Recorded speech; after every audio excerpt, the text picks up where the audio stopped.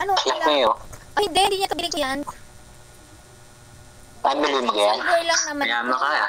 Silver lang yan. Oo. Mahal. Mahal naman silver ah. Wala ba silver? May kapsa nata yan. Hindi naman, depende. Depende sa silver.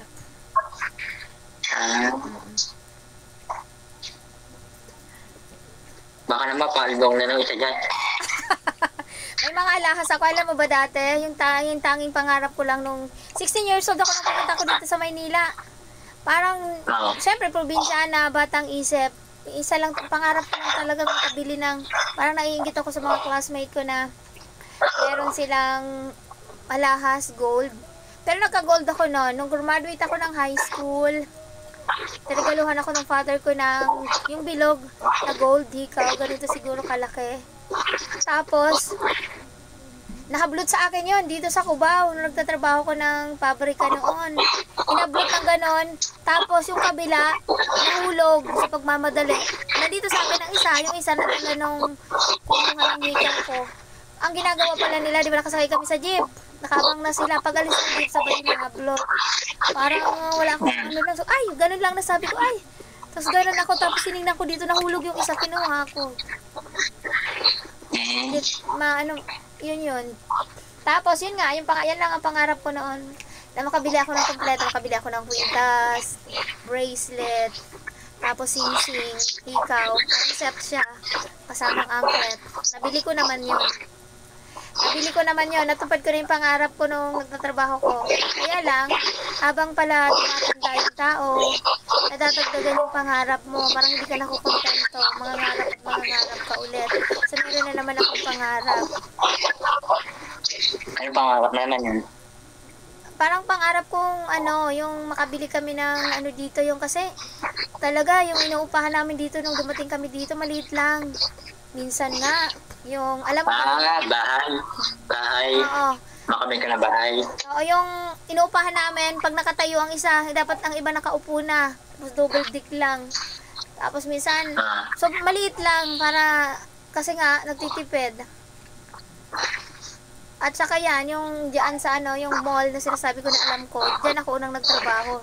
Tapos 16 years old lang ako noon.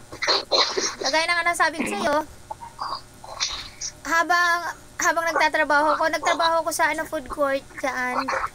Tapos dahil nga sa masipag ako, tapos masunod ako. Yung amo ko, ikinuha niya ako, diba? Tabo Danik ang pangalan ng kainan na kung saan ako nagtatrabaho. Ngayon, doon sa phase 3, doon din sa mall na yun, parang kumuha siya ng volcanic shake ang paninda. Ako yung inilagay niya doon, pinagkatiwalang ilagay doon. Tapos doon, marami kami mga suki, minsan kakilala na advice. Sabi niya, alam mo ba, parang, kung sabi niya dapat mag-ipon daw. Sabi niya kung empleyado ka, hanggang dyan ka na lang talaga habang buhay kang empleyado. Pinayayaman mo lang yung amo mo. Pero sabi niya kung mag-ipon ka, mag-negosyo ka kahit napakaliit na negosyo, meron kang pag-asang lumago. Yung may pag-asa kang makaipon, kunyari, banana queue. Ano bang may friend ako dati, banana queue lang yung tinda nila. Ngayon, ang yaman nila, yung mga banana queue, gano'n. Kasi,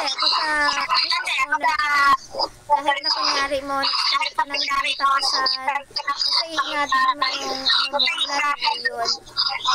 At saka, pagka ang tendency sa malitang puhunan mo, titipin mo yun. Kailangan yung yung gagastusin mo. Ang tendency naman pagka malaki ang puhunan mo, kamihan, lugi. Kasi parang ang mindset ng malaki naman yung puhunan ko. Parang hindi nalititman. Hanggang sa kalaya niya, naubos na pala yung puhunan niya. Lugi na siya. Pero pagka konti, parang check mo sa araw-araw. Ganito ganon. Kailangan